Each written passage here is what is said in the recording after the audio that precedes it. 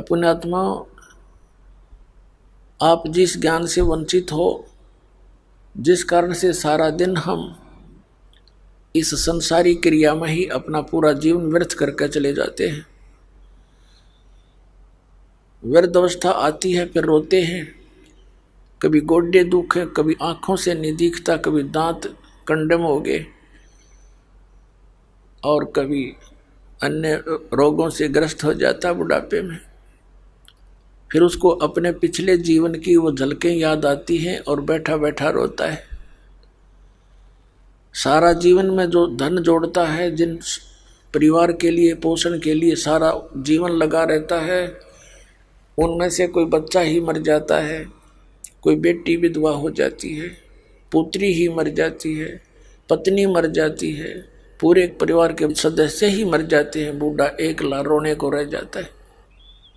एक तो वृद्ध अवस्था, ऊपर से ये कहर टूट गया। तो परमात्मा बताते हैं कि ये बुढ़ापा और ये मृत्यु, ये हमें कति नहीं अच्छी लगती, और दोनों कंपलसरी यहाँ पर। तो ये रहने का स्थान है। हम कति अज्ञानी बना के, हमें कोई विकल्प दिखाई नहीं देता, इसलिए हमने इस प्रोसेस को फाइनल मान लिया और हम विवश होकर के इन पीड़ाओं को सहन कर रहे हैं। अब परमात्मा ने आके बताया कि वहाँ सतलोक के अंदर ये जरा और मरण नहीं है, वहाँ वृद्ध अवस्था नहीं, ना मृत्यु बता। और हम यहाँ पड़े बिना ज्ञान के। अब मृत्यु तो आपकी होगी, चाहे आपके कितना अच्छा परिवार है, कितना आपका धन है, कभी भी हो सकती है। तो इस ज्ञान से आपने एक ऐसी प्रेरणा बनेगी जो सत्य का आधार है कि मृत्यु तो होगी, और मृत्यु के समय आपकी फिर वापस भावना यही किसी पुत्र पुत्री में या किसी संतान संपत्ति में रहेगी, तो वापस फिर यही जन्म होगा। यहाँ जन्म होगा तो ये प्रोसीजर फिर शुरू हो जाएगा। जन्म हुआ, फिर युवा हुए, विवाह हो गया, संतान हुई, कोई मर गया, कोई बच गया, सारा जीवन खच पक कर कराड़े में फिर मर गए। इसका कोई अंत है पता नहीं, असंग जन्म हो गए, इसी प्रकार भटकता है। तो अब इसका विकल्प मिल गया हमें, और अब भी हमारी आंख नहीं खुलेगी तो फिर भगवान का के दोष भाई।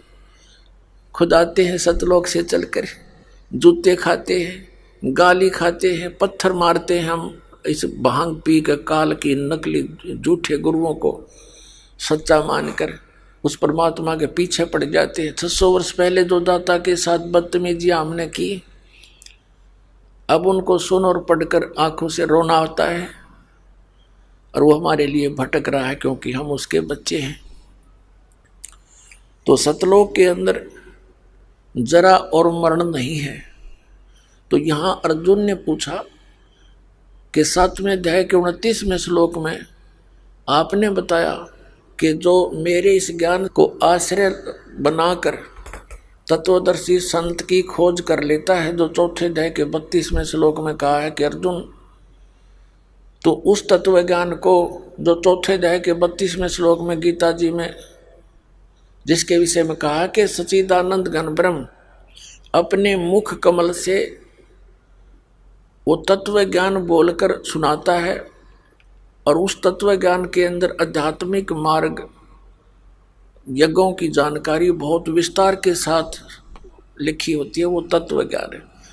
4थे अध्याय के 34वें श्लोक में कहा कि उस तत्व ज्ञान को तू तत्वदर्शी संतों के पास जाकर समझ, उनको दंडवत प्रणाम करने से और कपट छोड़ के प्रसन्न करने से वो तत्वदर्शी संत तुझे उस तत्व ज्ञान का उपदेश करेंगे।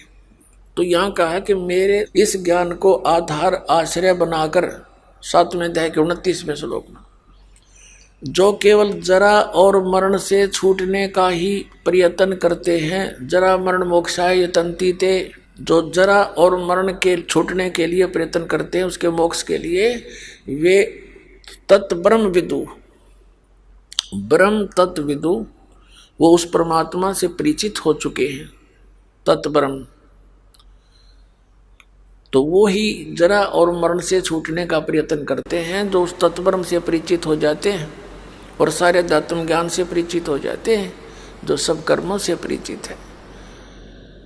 तो अर्जुन ने 8वें अध्याय के प्रथम मंत्र में पूछा, फिर किम तत्ब्रह्म, वो तत्ब्रह्म क्या है? 8वें अध्याय के 3रे श्लोक में उत्तर दिया गीता ज्ञानदाता ने कि वो परम अक्षर ब्रह्म है।